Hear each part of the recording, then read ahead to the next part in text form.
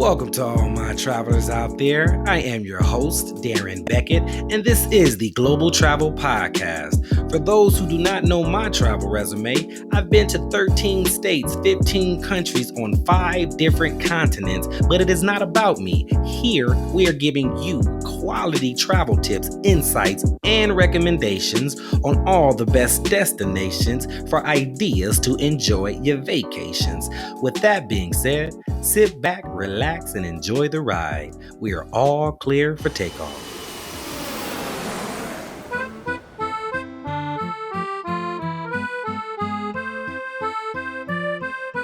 Ladies and gentlemen, before we reach our destination, make sure you guys hit the subscribe button, click the bell, and if you could do me a favor, in the comment section below, type in the words, "I got my ticket." And at the end of the video, I'm going to come by, I'm going to respond and see how your experience went with us, all right?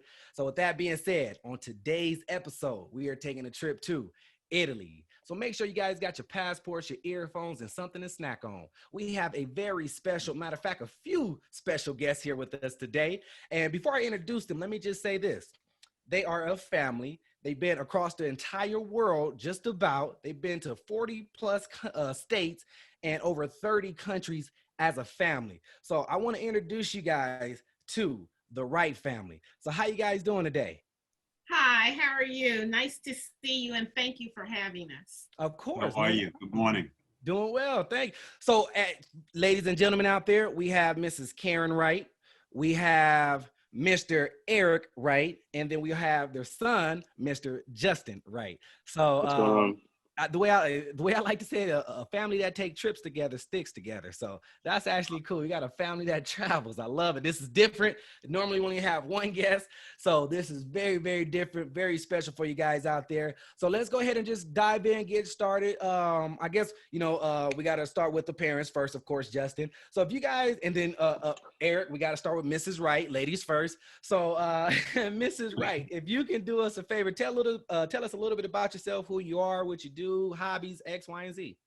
Okay, well, my name is Karen Wright, and I recently was the Vice President of Institutional Advancement in Higher Education. I've since gone into business with my son, where we co-own a custom gift company called Black Box Gifts. We're about a year into that business, and it is growing like wildfire. So we're very blessed and happy about that. But I think, as it relates to the Global Travel Podcast, why we're so interested in being there is you're absolutely right when you say a family that travels together, stays together. And in addition to our individual travels, we started traveling with Justin because he played ice hockey and lacrosse. Nice. And he played at a pretty competitive level. So we had the opportunity to travel with his team to many places. Some of them, Michigan, all over the Eastern region, Connecticut, Massachusetts. And they actually, at one point in his career, made the North American Championships, and they traveled all the way to California to compete with all teams from North America. So nice. I can't think of a place that we liked the best. We've been to so many places. What do you think, Eric, in the United States? I think one of the most memorable, because it's a highlight of the United States, was he also played chess. And when he was in second grade, he actually went to the National Chess Championships, and they were held in Phoenix, Arizona, which I spent a lot of time in because once my mother's parents are from there. So I spent a lot of my childhood summers in Phoenix. And while we were there, we were downtown. We got a chance to see a lot of baseball games because the stadium was there. But when we were done, we decided that the Grand Canyon was just a couple of hours away. And there was no sense in being all the way in Arizona and not going to the Grand Canyon. So we rented a car and we took off and we head to Sedona, and then beautiful. To the Grand Canyon, which was, I thought, for national monuments, it was just a thrilling place. And if I piggyback on that, and that'll loop Justin in, we were out there about 3 years ago, and the guys play golf. They are habitual golfers. I can actually say that I'm a golf widow. Many women on the podcast will understand that. Yes. Even though you play also. She actually played before I did. Oh. But not as much as my two guys play. So they know quite a bit. If you're looking to play golf, if you're looking to spa, Arizona is an excellent place, and the golf courses are reasonably priced and beautiful to play on. And the shopping isn't bad in the area either. Well, those are the ones in Phoenix, but if you're in season, which is winter for us here from the East Coast, and you go out to, what's the place? Scottsdale. Yeah, Greyhawk is one of my favorite places. The desert courses are just amazing out there. And Scottsdale is a place also. Yeah, Scottsdale is one of the top golf courses out there. We also played Legacy Golf Course, which I think for any golfer who's out there, it's on your podcast. We had a chance to play 36 holes in one day. So we had a tee time at 6 a.m., played around, and then had another one at 1 p.m. at Legacy Golf Club. From there to any golf course is probably no more than 10 miles from each other. So your options are really endless. They have a bunch of resorts out there for any of the couples that are traveling together, or even for young people who want to go out. It's a really fun city to go down to. A ton of breweries out there, a decent nightlife to be able to hang out, especially you have the schools there as well. Arizona State, which I think is one of the largest party schools in the country. Yep.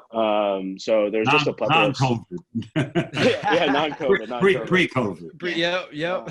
Curbside delivery for anyone who's going to drink beer out there. But just what a cool place to go. And, I was so happy for them to give me that experience to, be involved in sports, which gave us the first reason I think for me to travel, like being in Phoenix, going out to California, spent a lot of time up in Canada, really crushed the Northeast, anywhere from New York up to Maine. Nice. That kind of starts off of that. Cool. So Arizona, for those folks who are interested in going to AZ, definitely got to hit the Grand Canyon, Sedona. It has some good shopping out there, good spas. If you're couples, if you're into spas, you definitely want to do that. And if you're into golf, if all my golfers out there, my Tiger Woods and so on, y'all go ahead and get y'all golf on. So that'd be cool. So AZ, put it on your bucket list. That's somewhere to go. Now, where else Karen will also tell you for the shopping women. There was a place that she and some of my cousins went to that she knows that it was the only store in the whole world was in it's Phoenix. in Scottsdale. Is it still there? I'm not sure if it's still there, but Neiman Marcus has a store that is beyond their last call. It's the final destination where all their merchandise goes. And so the only location that particular final destination shopping is in Arizona. Nice. Y'all hear Arizona, like I said, it's going up on the list. You got to put it on the list. If it's in the bottom, move it up. And then now, Arizona was fun. Y'all been to a lot of states, so let's go to another state. What other states y'all want to take us to? So a place that we spend a lot of time is Massachusetts, up in Martha's Vineyard. So if anybody hasn't talked about Martha's Vineyard and you're looking for a getaway, it's one of our favorite places to go. We go every year, and you can do so much on the vineyard. You can shop, you can play tennis, golf, there's art there, there's book readings, there's oftentimes lots of authors and musicians on island. You can deep sea fish, you can just watch the water go by. And Justin actually lived on Martha's Vineyard for a short period of time, so he did a deep dive in the vineyard. Nice. Yeah, what they call me, I guess, is a wash ashore. So I was there. I lived there for just under a year. I worked on this farm called Morning Glory Farm. I was a greenhouse manager out there, so I got a chance to really get to know the island from a really personal point of view. And what's great about the island, when you're there during the off season, you really get to see it for all of its worth. Because during in season, like any place that you travel to, any vacation spot, it gets a little crowded. And one of the biggest things is that people love to be active and outdoors. So if you're that type of person that wants, like she said before, go kayaking, go sailing, get on your bike, just go for a walk. It's a really great time to spend with your family to kind of detox away from the busy life that you're living. Maybe, especially with a lot of people working at home. Right now, you know, sometimes it's just a way to just, you know, get outside, get a breath of fresh air. And there's nothing like that, you know, that ocean air to really, you know, kind of take away all those, you know, toxins that you've been living in. And, you know, there's so much to do. There's a lot of great people that travel there, whether you're just coming in from the Cape for the day. You know, they have ferries that go back and forth daily. If you're coming up from New York, you can even get on the ferry, but it's also a great drive coming up the coast because you can stop in all different parts, no matter where you're coming from, whether you're coming from up north or from the south. You know, the drive out to the Cape is just beautiful. Some fresh lobster. Hopefully, if you love seafood, that's got to be the best. What else do we do down there? Some clamming, you know, get your feet in the water. And you can also, there's a lot of ways to social distance and have a lot of fun activities. And especially the nightlife when you, is good there too. You know, it's not yeah. just the daytime. You know, the nightlife is good on the island. It's compact. It's safe. You know, of course, it's where the Obamas vacation. So, you know, that Nice. also We were there ensures. before them, though. We'll tell you that. And every summer, it's because of the type of podcast it is, all of the fraternities and sororities all have huge events and parties, and they do also, you know, some social, not just parties, but also educational things. Yeah. Black Film Festival is there every summer. The Harlem Fine Arts Show is there every summer. So just a rich variety. You know, the Hampton alumni, a lot of your historically Black colleges have alumni. Yeah, Howard University goes out there as well. Yeah, and you can fly in, you can drive and ferry there. So there's options of getting on and off the island. The one thing that I would let your viewers know is that the island in high season books up early. So if you're thinking about, you know, renting a home or a hotel room on the island, because it's an island, accommodations are limited, and you need to start early looking. A year in advance is when people book. As soon as one season's over, people book their week or 2 weeks for the following season. Again, we're in COVID now, so things have changed. I understand it was a little bit quieter this year. This was the first summer we did not go in 20 years. Yeah, in 20 years, the first summer we did not go. Wow. What about the food? What is there to eat? I'm assuming clam chowder. I'm assuming, I don't know, I've never been. Seafood, yeah. Seafood. There's a lot, though. So what's great about the island is that there's no corporations on the island. The only one that's there is Dairy Queen. So everything that you're usually getting is going to be either on island from one of the farms. There's multiple farms out there. So you'll get a lot of food to table aspects, or it'll be grown somewhere in the Northeast. That's a lot of what they really tried to pride themselves on, which is fantastic. So whether you're a meat eater, you know, you'll get some of your local butchers. So it's all farm raised, grass fed. You know, obviously there's seafood. I mean, that's of abundance. But then there's a lot of cool restaurants, like the Black Dog is out there, which is really cool. Morning Glory, which is for breakfast foods. Fresh pies. And they also make a fantastic zucchini bread. I'm trying to blank on the last one. The News Times, which is the News, which is down in Eggertown, which is one of the main towns. So there's multiple towns when you go down there. So you have Eggertown, Oak Bluffs, Vineyard Haven, then you go up island to Lake Gayhead, which is kind of more of the historic site. That's where, like, the, let's say, Native American reservation, because that's where the island originally, the lighthouse is. So it's originally, you know, Native American, Indian. I don't want to be politically correct here for you guys. As part of that it was owned by, you know, on the reservation. So a lot of that land is preserved. So it's a beautiful place to just go, you know, a lot of people do yoga out there. There's some surfing during the season. I don't know how many surfers you have on here, but so the food is fantastic. I mean, there's plenty of restaurant recommendations I can definitely give. If you go deep sea fishing, you can bring your catch right back to shore, and the restaurant will prepare, you know, will prepare it right there for you in Eggertown. So that is a great option to have. And we'd be remiss in not mentioning, if you're familiar with Spike Lee and his famous movies, it is the home of the Inkwell, which kind of, you know, which has a lot of history. There's a lot of Black Oak history Bluffs. there, but Oak Bluffs and the Inkwell, and in these days, you will often see Spike, hanging out and other. Riding a bike. You'll see everyone. You just be surprised. You're walking down the street and all of a sudden there's a tier 1 major movie star just chilling, walking down the street. And it's like, yo, hey, how's it going? Good. Right. Now, is this Boston or is this the island? And what's this area we're talking about? Is it Martha's Vineyard is an island. Maybe it's about 40 minutes from Boston. That's a little more than that. It's more than that, but it's its Yeah, it's own probably about an island. hour.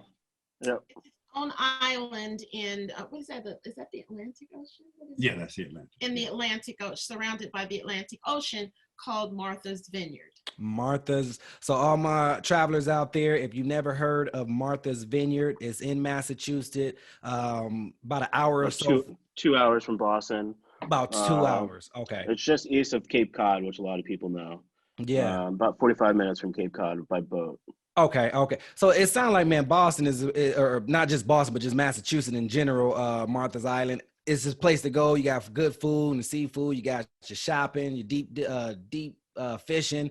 You got all kind of stuff to do out there. So I'm talking about, you got movie stars out there hanging out. It's just a lot going on. There's a lot going on out there. So y'all definitely want to put that on your list if it's not on your list already. So, okay, cool. Massachusetts was fun. Got a lot of rich culture and history in there. So now let's go. Where y'all taking to us? Where we going next?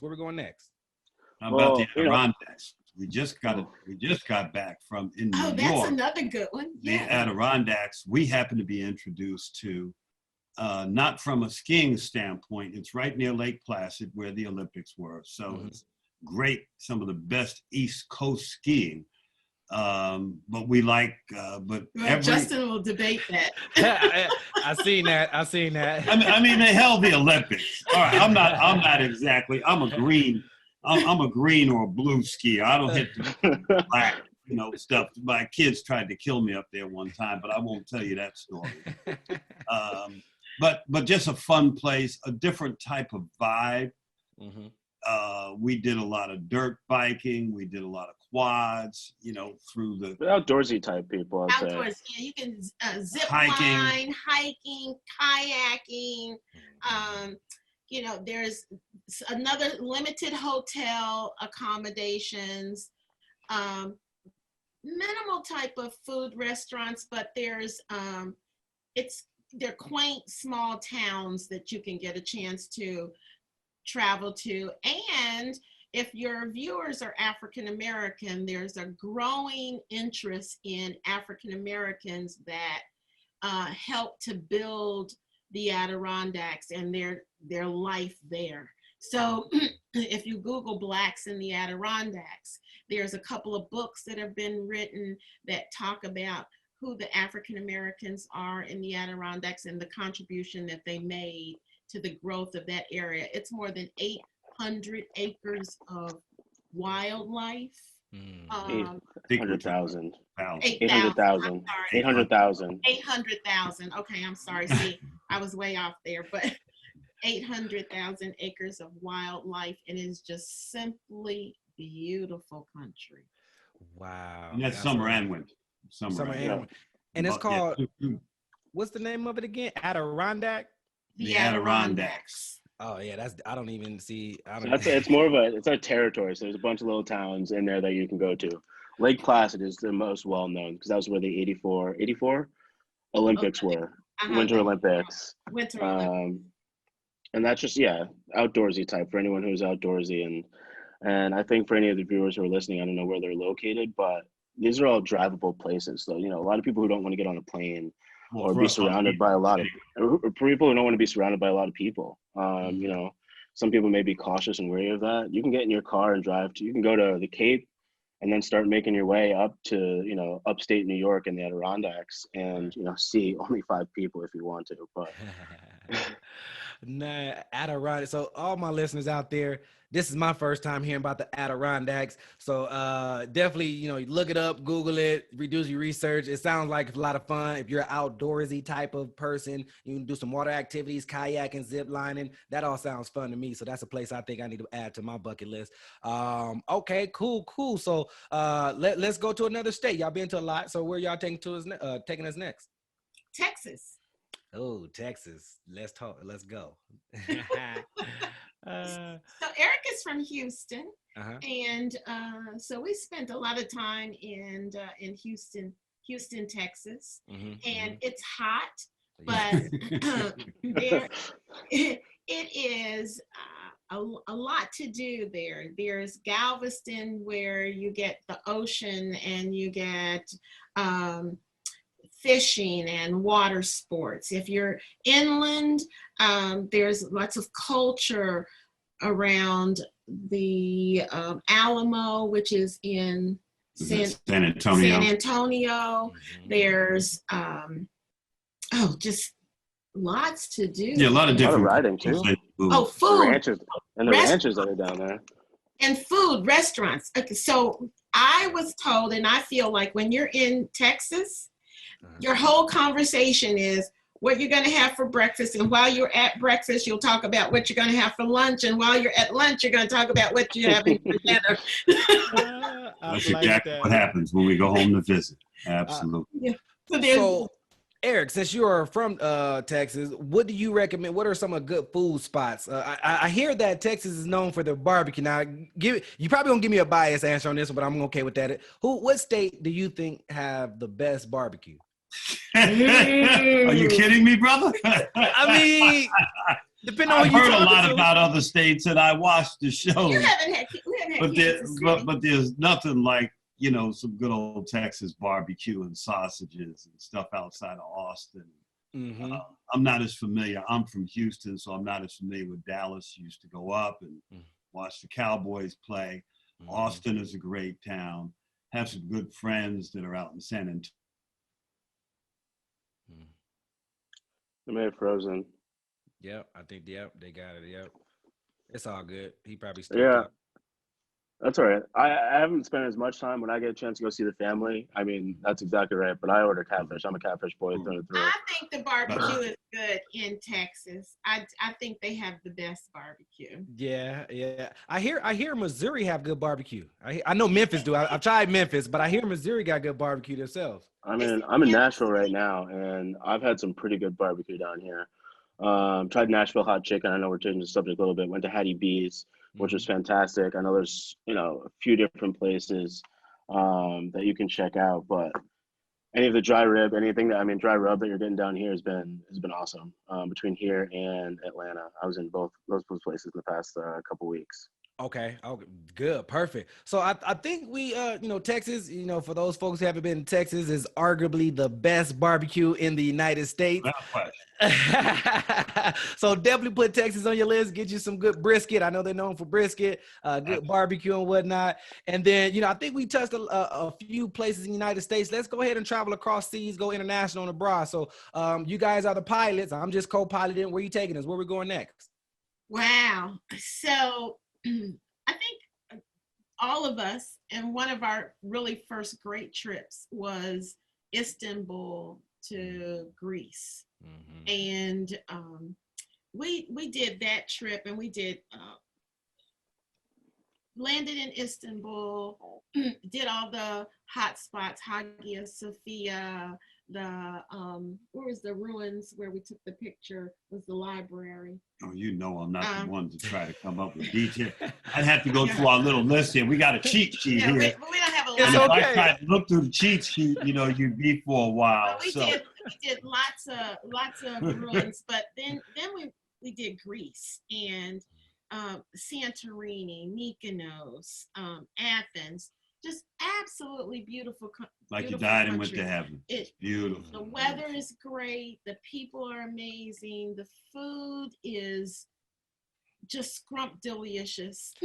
So I think that Greece would be at the top of the bucket list for us or one of the places at the top. What do you think, Justin?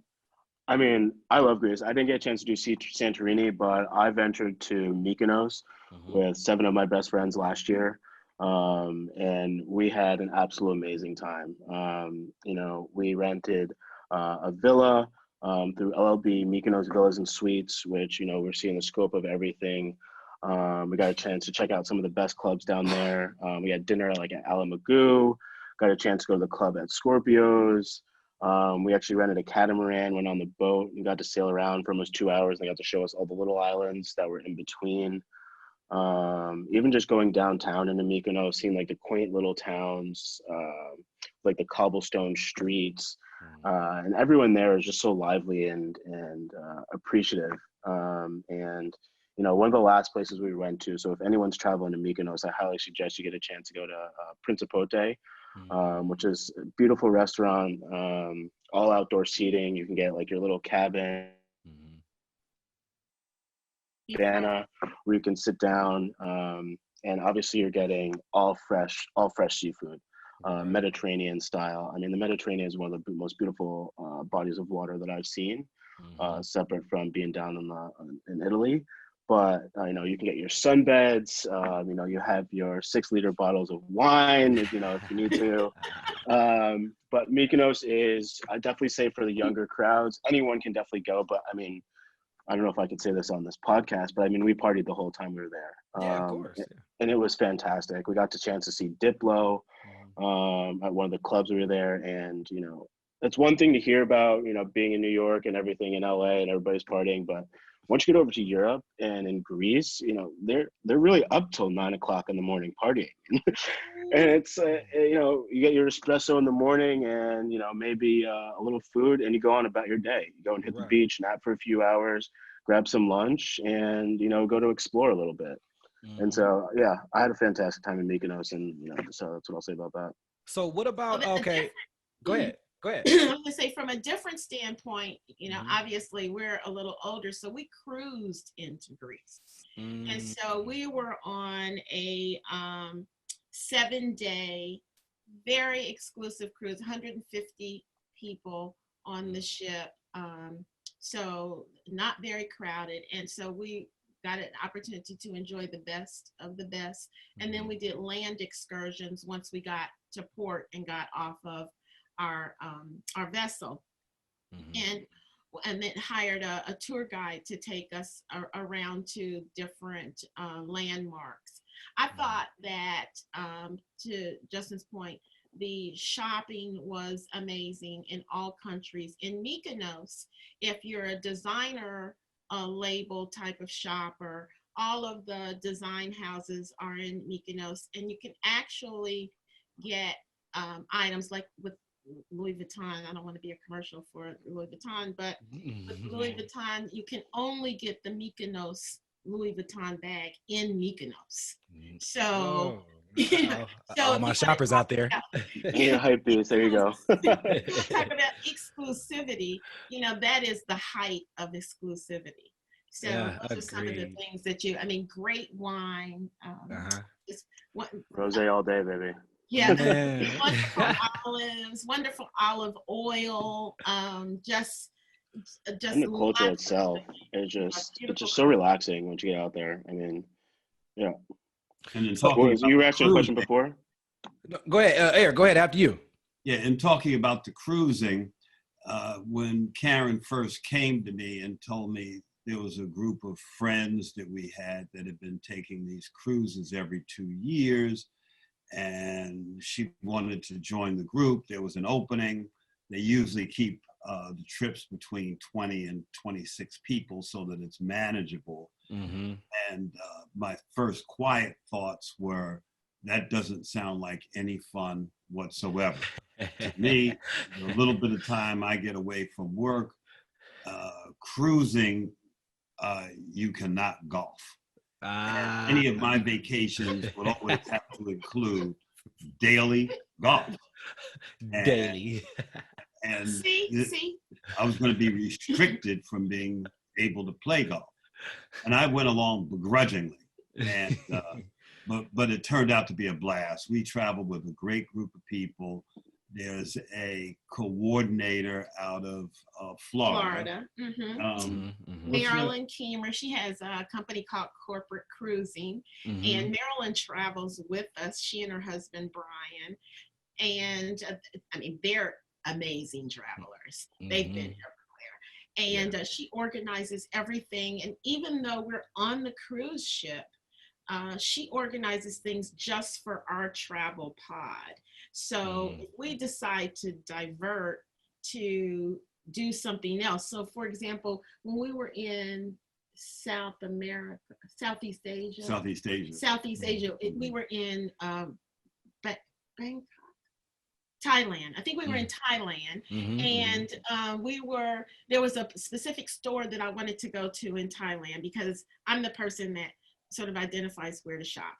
So, there was a specific store called Jim Thompson that I knew about. I had heard about it here in the United States, but it originates in Thailand. And so they're online. They are online. The only box store that they have was in Thailand. Oh. So our tour guide took us to their store, but they also have an outlet. And so, you know, you can pay $300 for a silk shirt. They're known for their silks.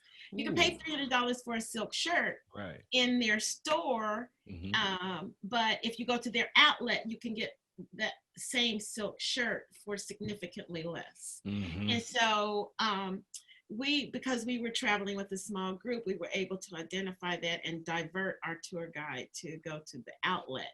So.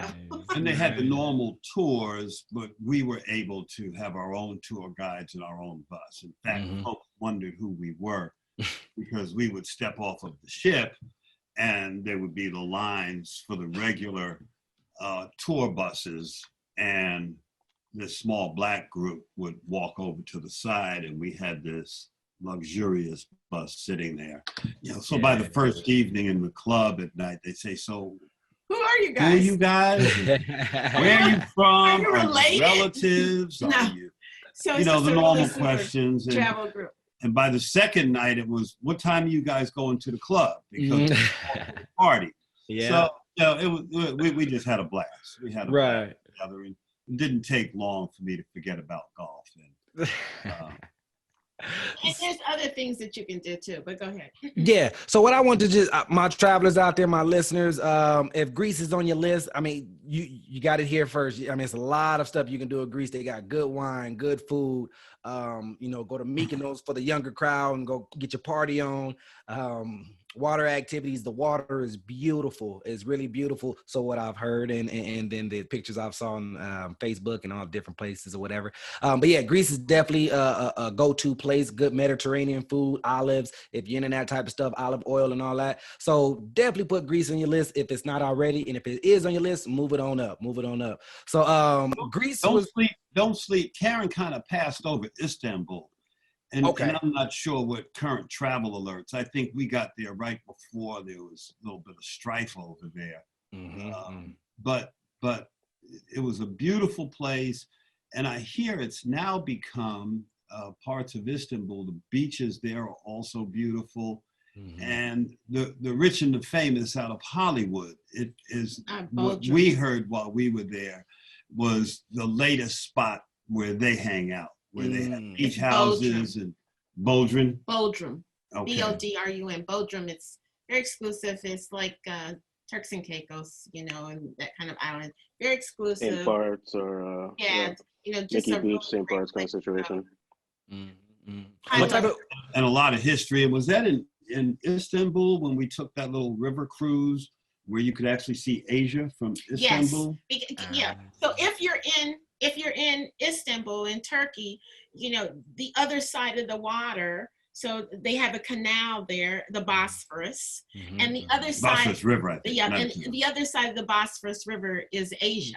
So you can actually hit two continents at once, being in one location, which is pretty cool. So that was our first peg in Asia. We actually circled back and went again to Asia, but that was our first dot because we were in Turkey and actually took a day trip over there.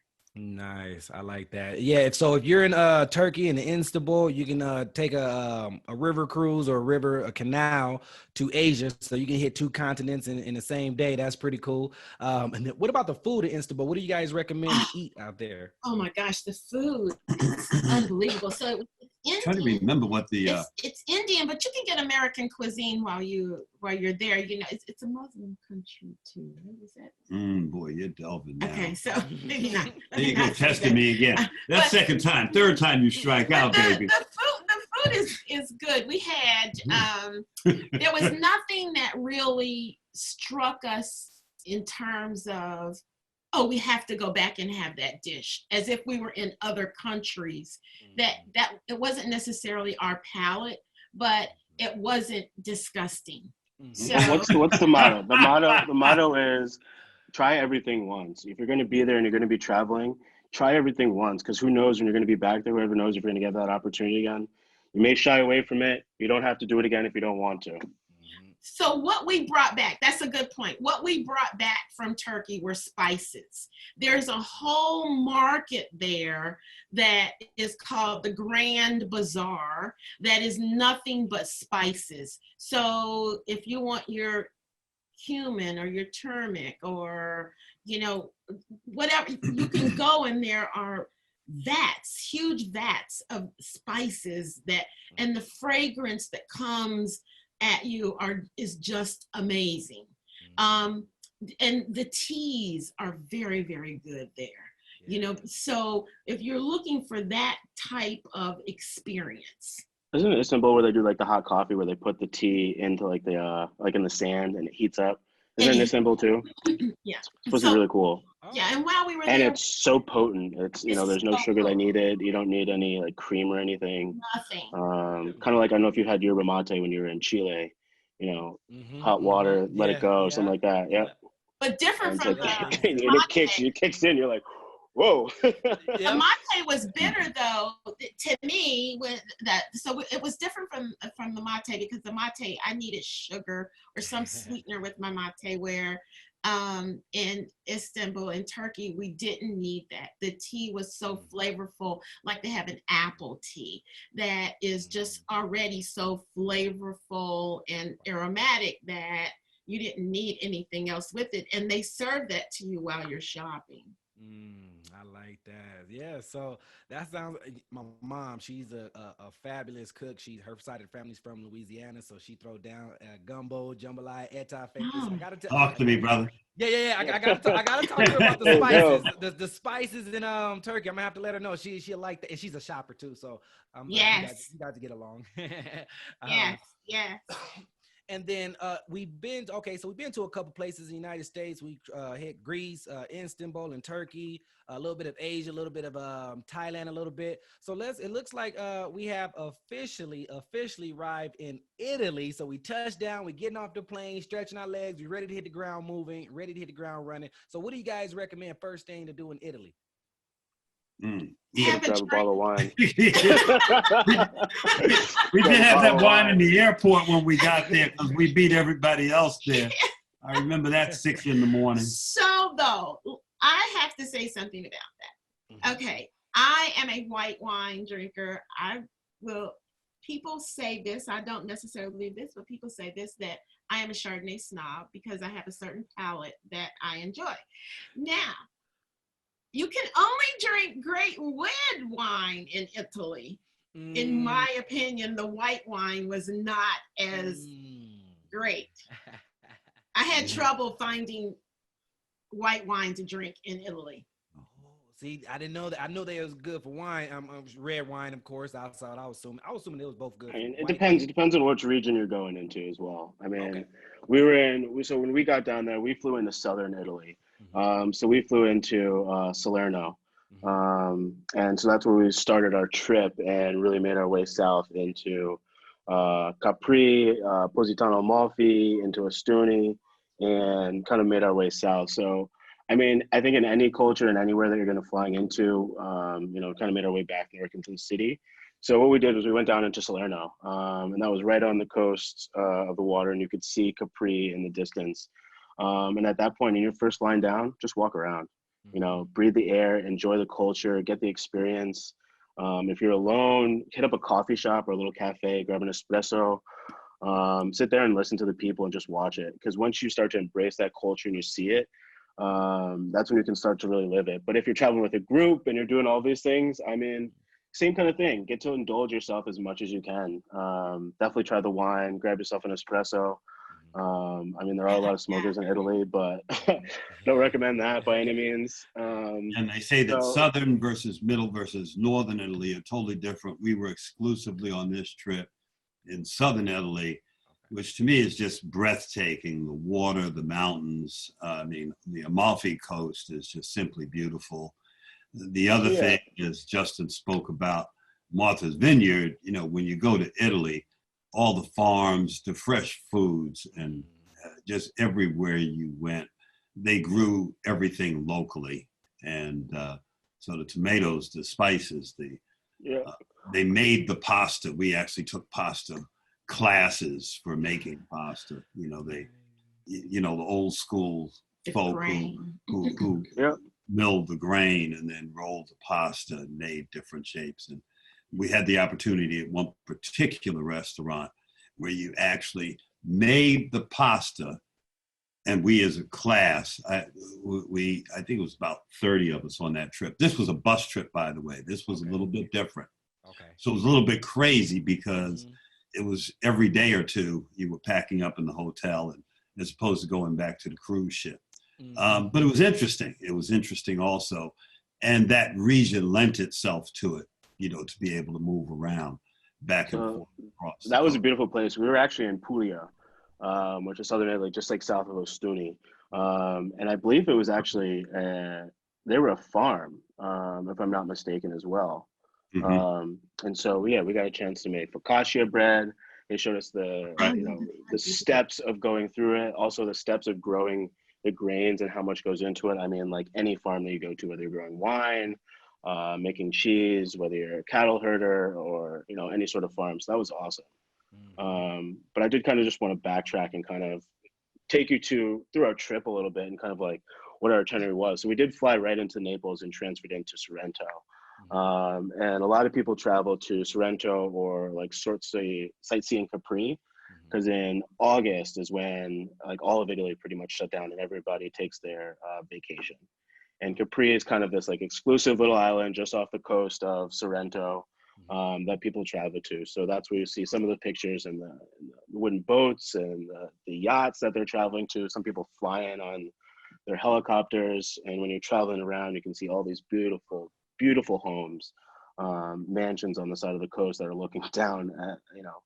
And that's kind of where we started as we made our way south into Positano and the Amalfi Coast, which I think a lot. Are you familiar with the Amalfi? When I was only in Rome when I was in Italy, so I need to go back to hit you guys and make me want to like, I gotta go back to Italy. So yeah. Oh, definitely. Yeah. Rome was our last stop. Okay, we'll get there. We'll definitely get there. And Amalfi is just absolutely gorgeous. You take the tour. We took a bus ride tour through it, and it's all cliffs as you're driving down, and you can see the water and the vast. I'm sorry, blanking on the vast. Was it the Mediterranean that we were looking at? The Mediterranean. The Mediterranean. And we got to stop right in downtown.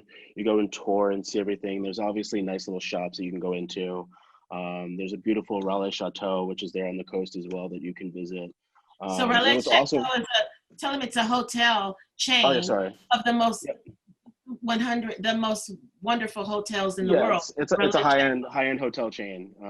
You know, something that'd be similar to like a Four Seasons, or something. So small, but smaller, and they're particular to each location that they're in, obviously. But they're absolutely gorgeous. And then once you get down to Amalfi, it's cool because you see all these little beach clubs you can go into, and you can hang out. You get a chair. They deliver like the beer and food that you need to, little olives as like a little hors d'oeuvres or everything. You get your whole meal delivered. And I would highly suggest for any couples who may have just gotten married and they want to take a trip like that, that would be one of the places to go. And once you get into the Mediterranean, you know, the salt abundance, you just float. And the water is so vivid and deep blue and it's rich, and highly suggest getting to travel there And if you can, try to rent a car, have someone drive you, because driving that coastline, it's kind of like going out to, I guess would be, is that California. Sausalito. Sausalito in I California. recall Sausalito, in California. Yeah, where the cliffs and Okay. Yep. yeah, It's similar to that. And it's so crazy because there's not much road space. And then you have these big tour buses that are going down. You're like, you're coming. no. We were like, oh, we want the inside. Then you have the inside, and you think you're gonna get crashed up against the wall. If you have the outside, you're gonna fall off the cliff into the water. It's like, and quite a few traffic jams that happened because 2 tour buses hit a curve at the same time. Oh. They had to stop.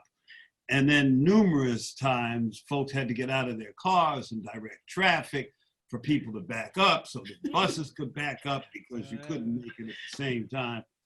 And that was pretty. So they're like, okay, so now I know why they drink. Yeah, right.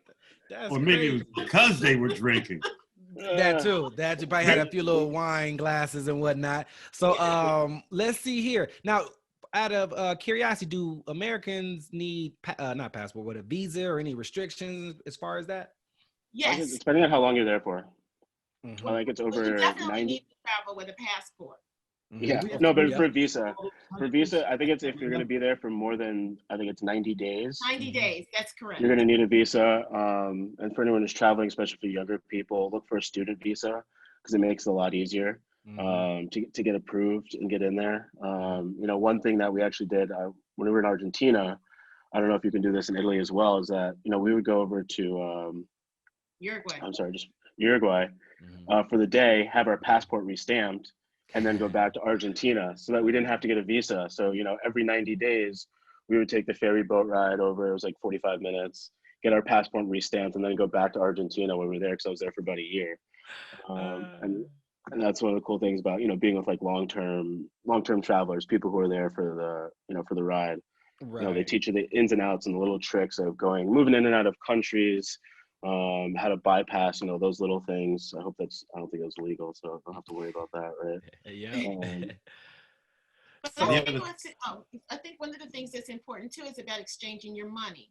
Is that you have to be really savvy about whether you get all of your money stateside, get it all exchanged in the country that you're in, or do you wait until you're in that country and get your money exchanged? You also want to make sure that you have a bank of your, like we use a bank in the United States that also has branches in the countries that we're going to, which makes it a little easier to get money. And check with your bank on the rates too, because some of the banks, I think it was, well, I won't mention bank names, but check with your banks because some of them give you better exchange rates and do not charge fees. So a lot of transactional fees. What's that? Yeah, the transactional fees. I mean, you can name some banks like Citibank is great. There's no transactional fees or That's right. I think fees. we had to go because they gave the best transactional. TD now doesn't have any international fees. TD Bank. I believe Bank of America is another one. But the thing also about exchanging money, know the exchange rate before you're going, because sometimes it can change depending where. Try your best not to do it at the hotel. They'll usually give you the worst exchange rate. In different ways, there's some apps that you can use that you can find depending on the country that you're going to. That will help you find that. So like, when you were traveling, right, do your deep dive into where you're traveling, do some research, whether that's a Google, look at some of the different types of travelers, whatever type of traveling that you're doing, whether you're backpacking, are you taking a tour, is this like a wedding trip? Do some research on that, and that'll help you find, kind of the insights and information that you may be looking for, especially when you're traveling internationally. Great. Justin also became very efficient at, for the younger viewers, is it the hostels? And staying at the hostels. Yeah, because there's different hostels that you could stay at. I did mostly South America when I was doing hostels. Did I do some in Europe? Where you can find nice. In Europe, you were in hotels. So in South America, at least, I mean, you can find nice high-end hostels. So I'd say anyone who's probably below like 25, maybe that's going to be for the budget traveler, if you will. so that, you know, because some of them have a bad rep in some areas, and that's really not the case. Right. I mean, I personally shied away from staying in group rooms. Yeah. I got singles. Yeah, yeah, I yeah, got yeah. singles because you have to keep aware of your stuff. You know, I was doing the original backpacking situation. Hmm. And if you are going to do that, and if you're traveling with other people, I highly recommend that, because you know, you always have someone, you always have an eye out for each other, just on little things, Hmm. especially Hmm. traveling through big cities like Rome, or Buenos Aires, or Santiago. Hmm. You know, you want to keep aware of your persons, what's on your person, especially if you have a camera. Hmm. Obviously, never travel with your passport. Keep a copy of it with you at all times. Hmm. And then, you know, always stash cash in different places. So That's a it's a good big tip. thing, you know. You're Yeah, telling yeah, Stash them the cash, real like deal. put it in your shoe. You know, put one in your pocket. You yeah. know, if you have like a little strap over it. I got these cool like Boxer shorts. spandex. Hmm. So there's almost like if you're carrying like a weapon or something, but like that's where I hid my passport when I was traveling through, like I was traveling from city to city. So like I was in the airport or like at a bus station. So you can put your Hmm. passport there. You could put, like, if you're carrying, you know, more cash than you should be, you Hmm. put it there so people can't really like, see it. So you're not getting pickpocketed or anything. Right. Yeah, you got to be careful of the pickpocketers. I've heard some stories about the pickpocketers.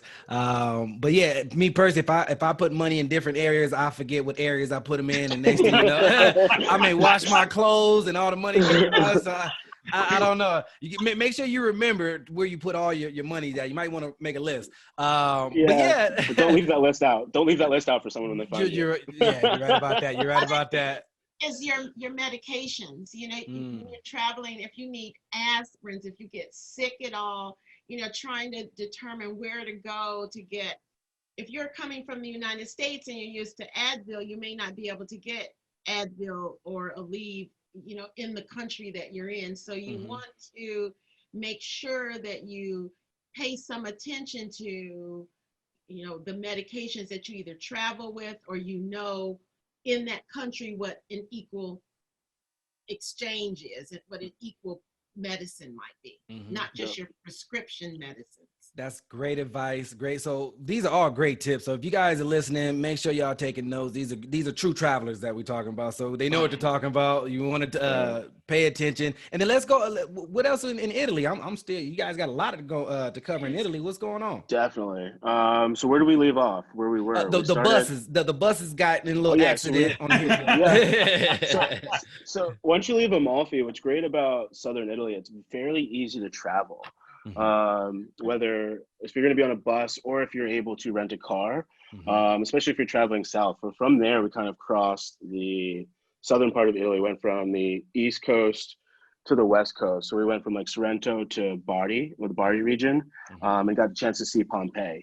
mm, And Pompeii, that's, you know, the most famous archaeological site, I think, in mm, one of some of them in the world. mhm. And that was absolutely gorgeous. Yeah. So there, it's a little bit different than being in like Naples or Sorrento. The other side of the island is a little bit more calm.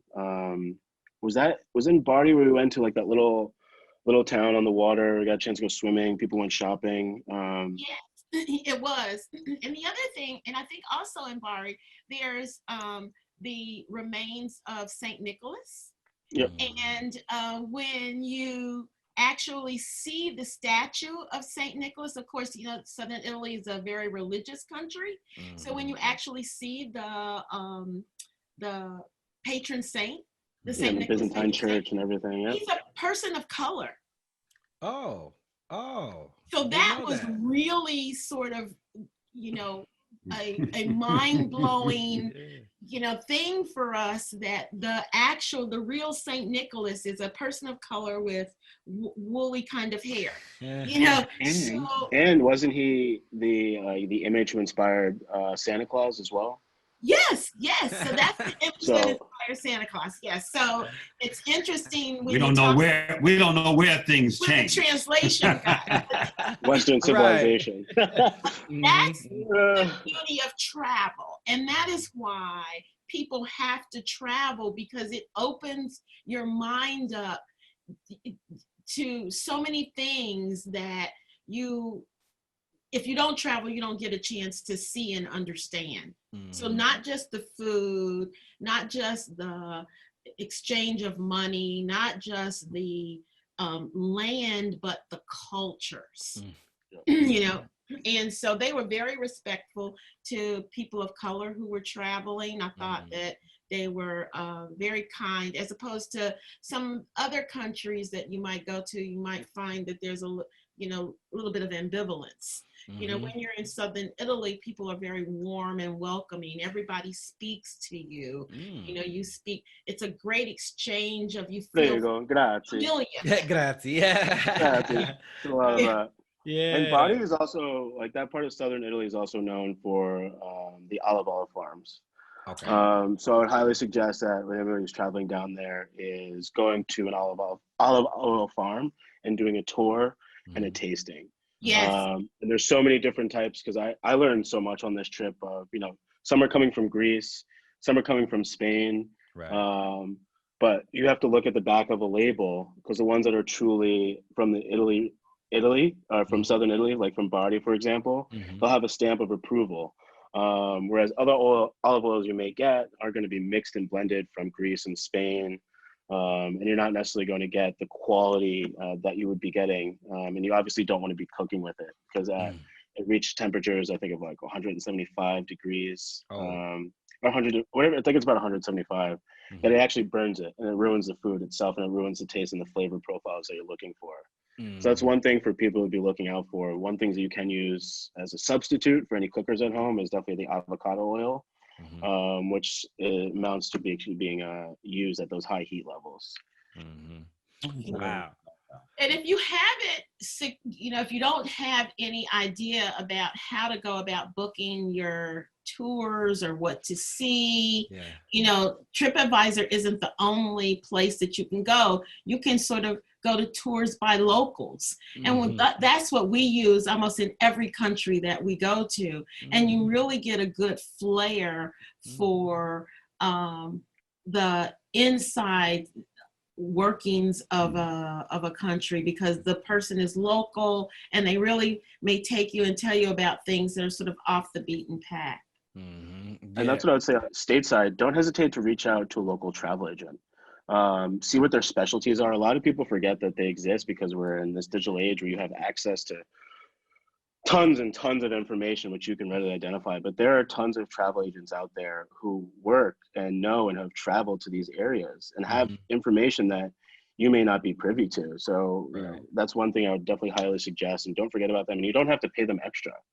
They get paid based off of what they book. So let's say you're traveling to a resort.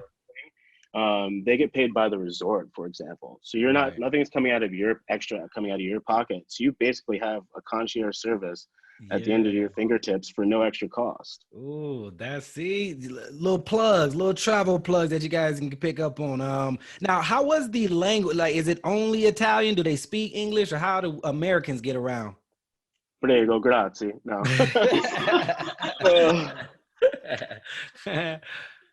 No, they do. They speak English. United States is the only country that only speaks English. Every country Teach your that kids another language. Speaks another language. Yeah. So they speak both, and that's very refreshing. But the fun of being able to travel is learning the other languages. You'll find when you're in other countries, people speak 3 and 4 different languages, and you can go and get an app on your phone that can help you translate. Google Translate, conversation. You can sit there, speak right into it, and it speaks it in fluent whatever they're speaking, and they can speak back and it translates. Yeah, so I love it. I like to shop, so I am very interested in being able to speak with the merchant to be able to get the best price, because you can look at something and you'll see it may be written in that language, and so that it may say, oh, this is if it's in euros or pounds or so you want to be certain of what the cost of things are, so you need to have some understanding of that's also where the local tour guides are good, because they'll give you the inside tips as to where you should be shopping, who's negotiable, who's not negotiable, You know, you want to avoid, obviously, and that's where a lot of these websites will push you to, the tourist traps. And so there's a couple of things when you're going to these countries, that these countries are known for their natural resources. And so you want to keep in mind, when I go to that country, what is it that I would like to get in that country that may be more difficult to get in the country that I'm from.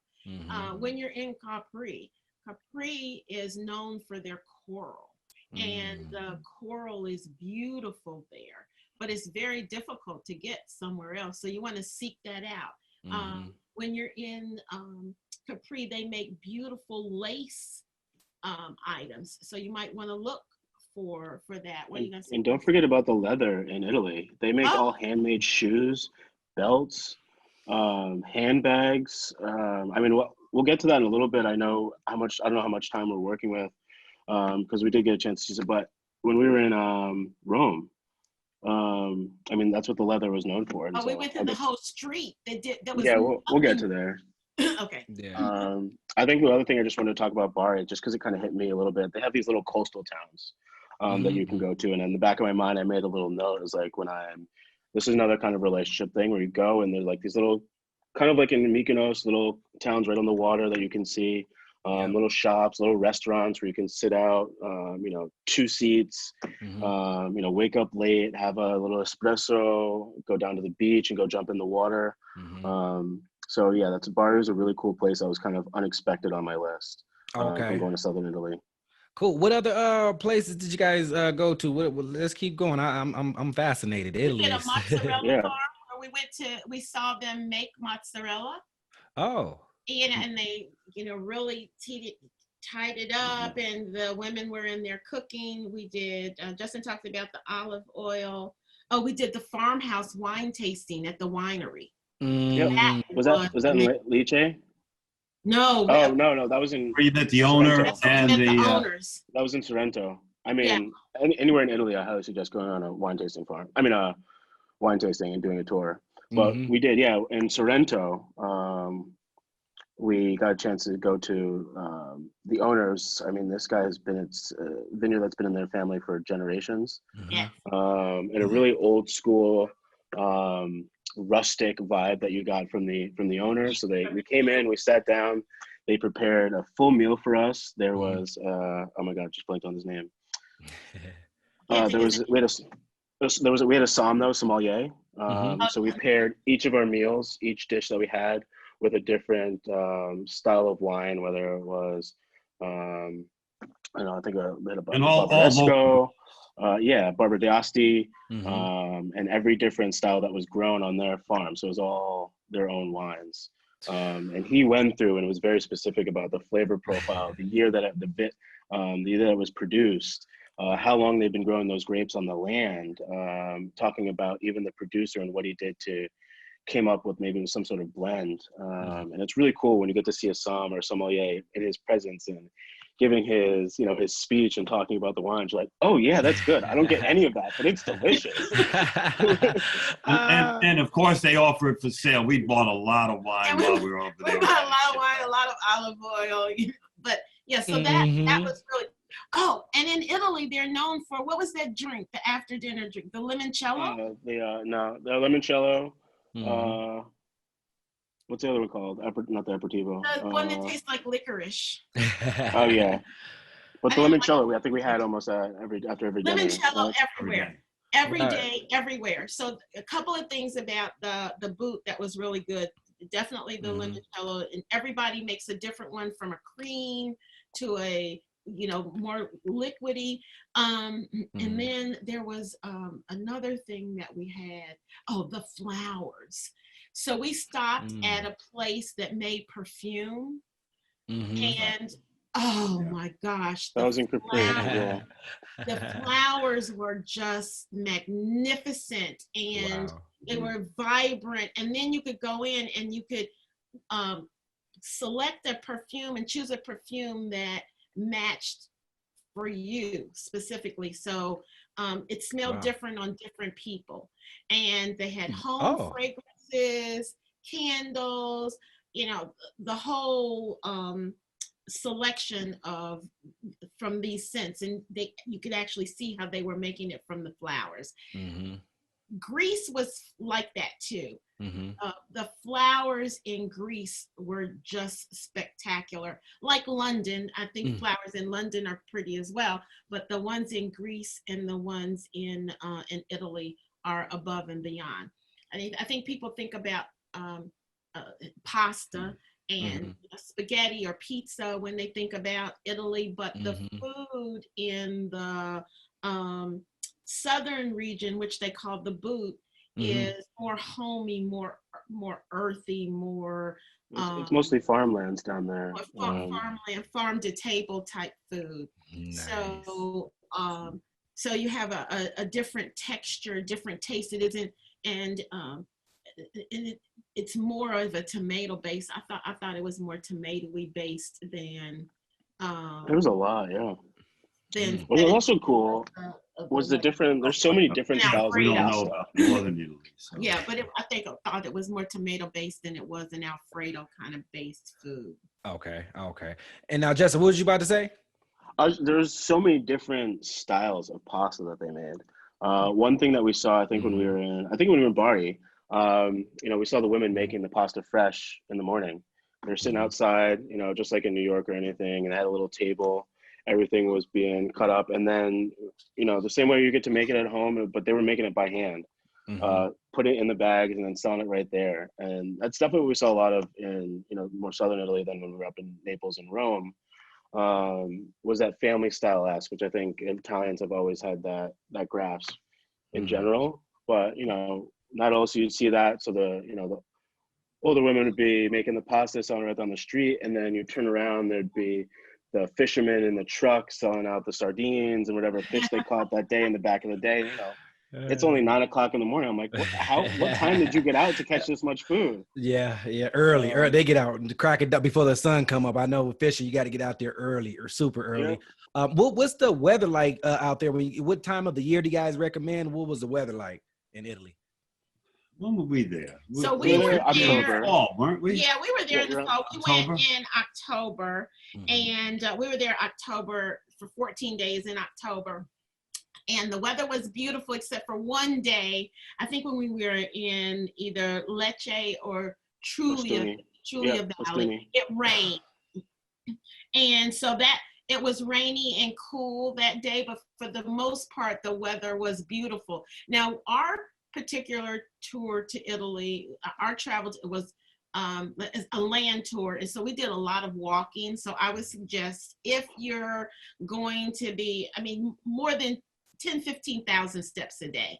So if you're going to keep that in mind, you want to make sure that you've got the right kind of shoes, that you're not packing too many clothes. Justin is really good because he's traveled with a backpack. I'm not as good. I usually overpack. Bring the whole closet, huh? Options. You need options. She's ready for that nightlife. What are we doing tonight? Oh, yeah. What is the nightlife like in Italy? So it was a little difficult. I know we did have a lot of fun. Let me see. So it was difficult. So the time we're talking about winter travel. And I said in August, that's when most of the entire country takes off from work. So that's usually when you'll see people out in Amalfi and Capri, and people taking what do they call in Italy? Their vacation. They call it something else. But that's usually. It's not called holiday. I think they call holiday. Take a holiday. Holiday. Yeah, they take their holiday. There we go. I was trying to be on, political. Yeah. They take their holiday. Don't worry, baby. He'll edit that out. You good, brother? But the best time, know you said that for real. You're looking to do some nightlife. nightlife. Really do much nightlife. Well, our nightlife was. Justin did nightlife, but you were in. I'm getting to it. Okay. Hold on. So if you're going to be doing that and you want to see the nightlife, you want to be there like July, August. Okay. Because that's when they're on holiday. That's when people be out. That's when the cities are bumping. We were there. People were working. And then Southern Italy is it's a ghost town because people take their holiday there during the summer. But, there are some really cool places. Capri has some really cool nightclubs. So if you're going to be there in the winter, I would definitely suggest that. That's a little island. kind of exclusive, kind of like feeling like you're gonna go to like a St. Bart's, like Nikki Beach or something. But Naples had a really cool spot. So we did a few different places. They have like this one row right in the middle, or like right downtown. I'm trying to think of what the name of it's called. I think Pizza Falcone. Excuse my Italian. But there's like a bar, or there's like a row of restaurants and bars that are all connected to each other, that you can go out to and hang out, and you can get a table and have fun. We also went to what was it called, the Zoom, I think the African clubs down in Salerno. When we were there, which was really cool. So it was like this club that's supposed to be down in the rocks. Yep. So like underneath, right on the water, that you can see, and then in Rome. I was not in Rome long enough. Yeah. We were only there for 2 days. As you can tell, I'm a nightlife guy. We were only there for 2 days, but that city, there is more to do. Like you could spend 6 months and not even touch every crevice of the city. And we actually met one of our Uber drivers that was helping us out. He was showing me all the nightclubs that we could go to. And it depends on the variation of what you want. Do you want come and relax, like a nice little lounge to hang out and grab a bottle of wine? There's plenty of that. Or you want to go get a table and ball out? There's also that. And I would highly suggest Rome for that. And so that's kind of where we're at. Of course, you can always do the Colosseum, Vatican City. Those are some of the tourists. We did all that during the day, and that's amazing. Yeah. You need a good. You have to go to the Vatican, yeah. If you can afford it, the best is to get a good tour guide to take you through. We were blessed that we were, with groups that had tour guides. But Vatican City, and that's amazing. The Sistine Chapel, all of the standard places are the just Trevi Fountain. Amazing artwork. Yeah, you have to be sure and make sure you make your wish at the Trevi Fountain, so. Definitely. And then, so we are going to be wrapping up pretty soon. We still have a little bit of time. We're going to go hit the gift shop. All our travelers hit the gift shop, get some souvenirs before we head back on home. But before we do, and if you guys want to, what other things that we haven't talked about in Italy that you guys want to cover? We do have some time, so don't worry, don't rush. So anything else that you guys want to talk about before we hit this flight back home? We ended our tour in Rome, so you guys could take it off from there, right? Yeah, we ended our tour in Rome, but I think that you could have spent another, as I said, just a month in Rome. You need it's like New York City or something. You just need time. It's such a big city. It's such an intricate city, and our plan is to next time go back and start in Rome, spend some time there, and then go north, because we hear that northern Italy. It's a it's a big long country, and it's just like the United States. It's so many variations, and the culture is totally different. But Rome was, you felt like you were in New York. The hustle, the bustle, the movement. It was exciting. It's a place that I felt you could pack up and move to for a year and just enjoy it. Yep. And when because we're on the global travel podcast, I think it's important that when you look at global travel, the United States is such a young country. Yes. When you look outside of the world, these locations go back to the 16th century. They go back centuries. And so when you look at the architecture, 2,000 years of history is Rome. I mean, all throughout those countries. And I think that sometimes you overlook that in terms of concept, is that this is something, when you look at a rock or you look at a building, you say, this has been standing for 2,000 years, and so those are the kinds of things that I think are really important that we should look a little deeper into and sort of understand a little bit more about when you look at travel. There was tons of great shopping in Italy. I mean, no matter what you were looking for, if you were looking for something for your home, if you were looking for pottery, if you were looking for you can try to bring them something to take it back to. And you could either bring a trinket or you could bring something more substantial back. And so I think that when we were in Capri, I got a Capri bell so that, and Nice. when I see other people who wear a Capri Bell, it's like you have a family. It's like you've made a connection because you know that they understand what you've seen. That you got a chance to see Capri, that you saw something different, and there's that connection there. So I think that's very cool. I like that. And just Justin? to bring it up a little bit, Mhm. just quickly. Yeah, go ahead. Just to touch on as we're touching on all this. Mm-hmm. As a businessman, I got involved in West Africa Mm-hmm. in the 80s. Okay. Now, remember, most of the African countries, became independent in the 60s. Mm-hmm. So they were very, very, very young. Mm-hmm. The most popular place during that time, and probably still now for American businessmen and African American businessmen, was Ghana. I happen to have some very good connections and friends in Nigeria. Okay. So during the mid 80s through 1990, I had the blessing of being able to do business in Nigeria, which is probably just a whole nother story. Mm-hmm. My first trip there, I was there for 6 months. Oh, wow. I went every year from 86, 87, 88, 89, every year for about 3 or 4 months. After a couple of trips of coming home with all of my underwear ironed, my wife that I was coming home with it better packed, and she didn't understand that the next trip she was going to take with me. Fantastic experiences there. You're talking about just coming out of there were military governments, so a lot of history there. I think it's a place, a continent, and remember, it's a continent, like North America or South America. Every country is different. Right. But a place that we should also consider for travel. Okay. Like that. A place where I really enjoyed myself, and Nigeria became like my second home. I traveled, through the East, through Ondo State, Oyo State. Back over to the east would be Anambra.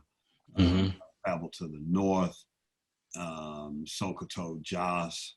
That's actually midway up Kaduna, Kano, all through the various regions. And just within that country, there's so many different cultures and tribes, as we know, that all that was cut up by the not along natural boundaries, but by the Europeans who, came in and conquered some of those areas.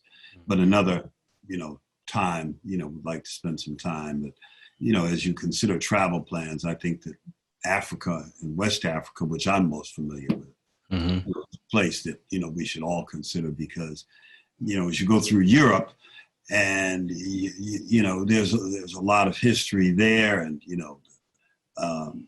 Indonesia and all of those places, but West Africa's our home.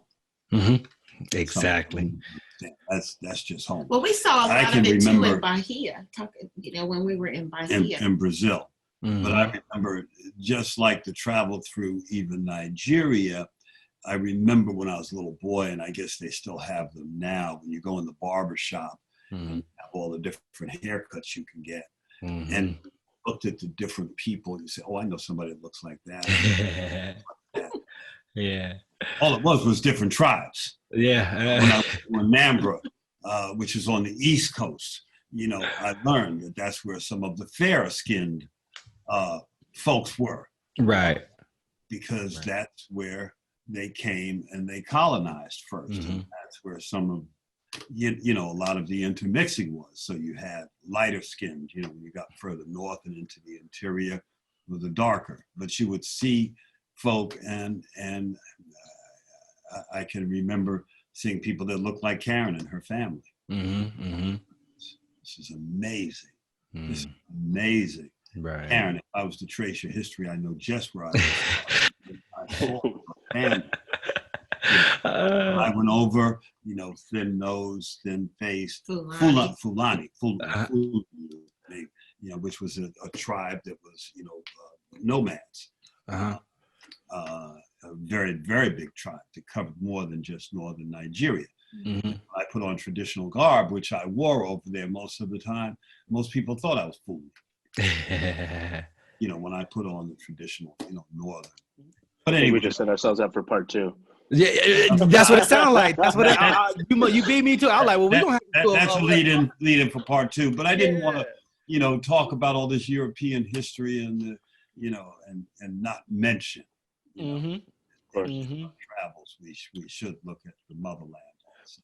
Well, if you don't mind, Eric, we can do another podcast and hit some of them African countries if you like. So let me know. We can schedule something like that. I'm open to that because I don't have a lot of folks who want to, not that don't want to travel to Africa, but as of right now, we don't have a lot of Africa representation. So I have Zimbabwe and Tanzania so far. So I'd like to add more to that list.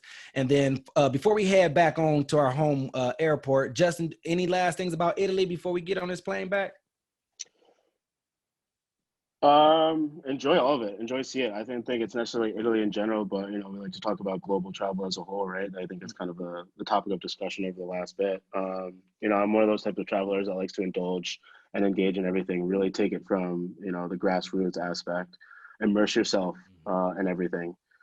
Don't hold back. Obviously, do your research before, so you're not offending anyone or anything like that. And sorry, did you guys hear that? It's fine.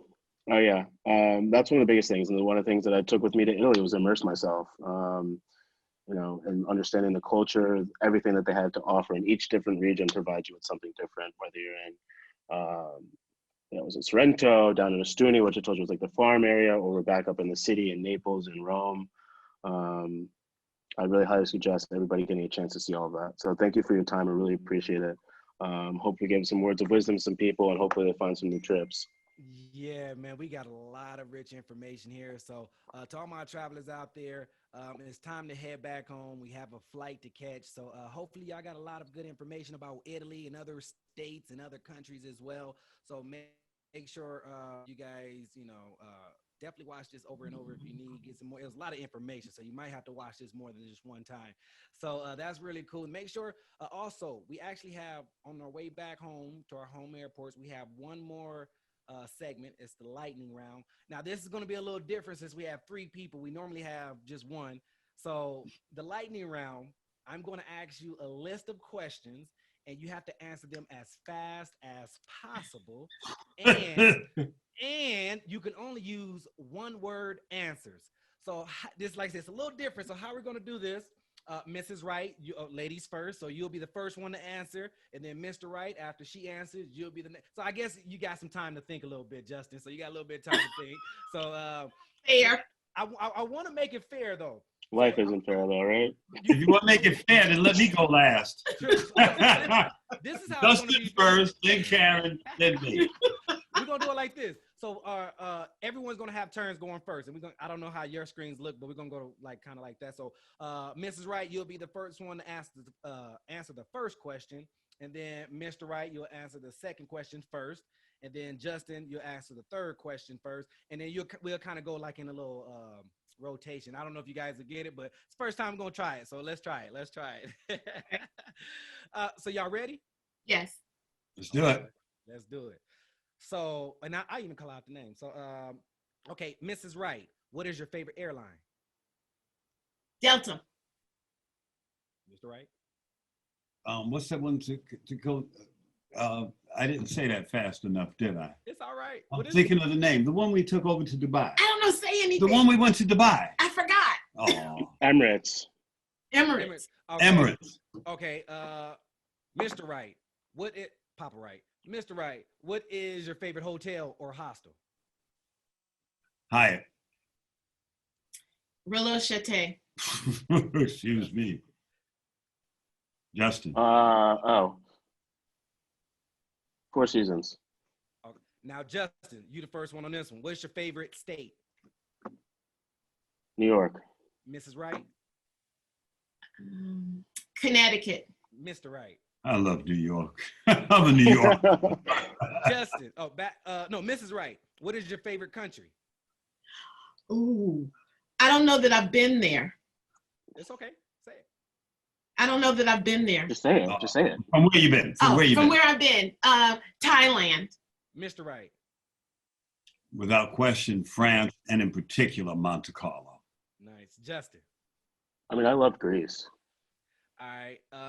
Mr. Wright, what is your favorite hotel booking site? Hotel what site?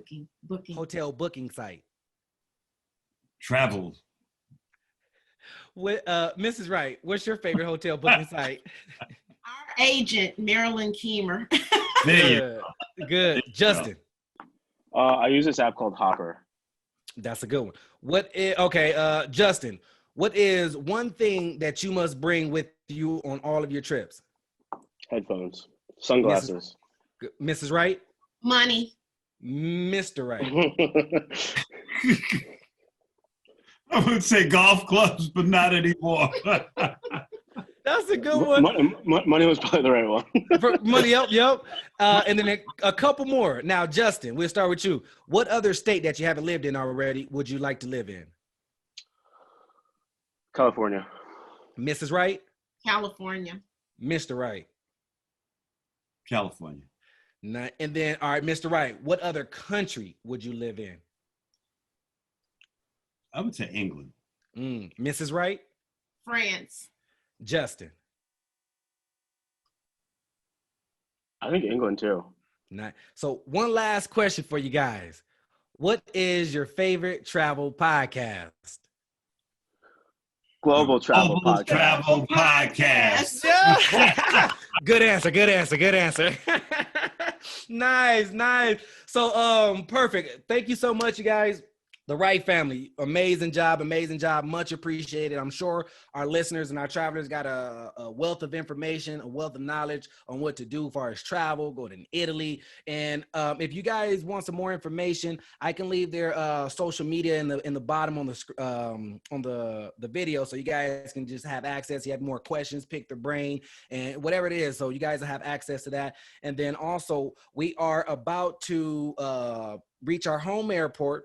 We're about to land, but before we land, I need all my listeners, all my travelers to be back in your seats, buckle up, seats up in the upright position, all of that good stuff.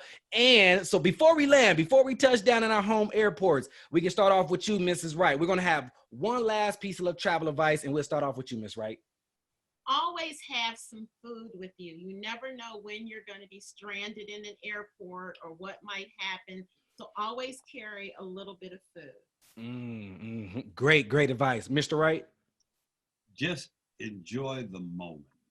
When you're traveling, I used to always rush through things. And just be in the moment. Remember where you are. Suck it up and enjoy it. Because the world is a beautiful place and cultures are beautiful. And learning other cultures is beautiful. Much agreed. Now, Justin. Ooh, I'll say two things. Immerse yourself always in everything that you do. Similar aspect. And then also, make sure you know where your closest bar is.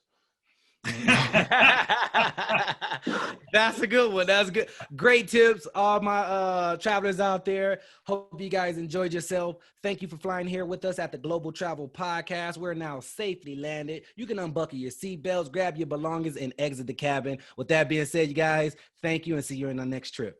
Thank you, Derek. You're amazing. All right. If you would like to be a guest on our show and tell us about your travel experiences, then leave us a comment in the comment section below so we can reach out to you. Also, if you have any countries, states, or cities that you'd like us to review, please let us know so we can plan a trip there.